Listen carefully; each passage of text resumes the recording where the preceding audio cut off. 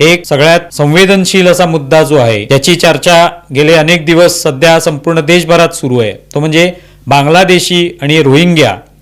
या घुसखोरांचा मुद्दा. त्याच्यावर या अधिवेशनादरम्यान भाजपाच्या विविध आमदारांनी अत्यंत महत्त्वाचे मुद्दे उपस्थित केले आणि त्यातून या सगळ्या मंथनातून हे स्पष्ट झालं की बांगलादेशी घुसखोर जे आहेत ते आता आपल्या घरापर्यंत सुद्धा पोचलेले आहेत.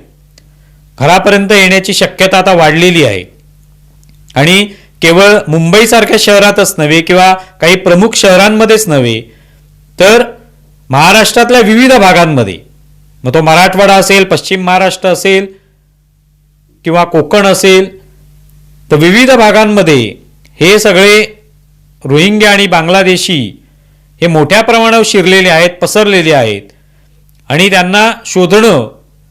हे आवश्यक आहे. शोधून त्यांना पुन्हा बांगलादेशमध्ये पाठवणं किंवा त्यांच्या मूळ ठिकाणी पाठवून देणं हे अत्यंत आवश्यक बनलेलं आहे आणि त्या मुद्द्यावरनं खूप महत्त्वपूर्ण अशी चर्चा जी आहे ती अधिवेशनादरम्यान झाली.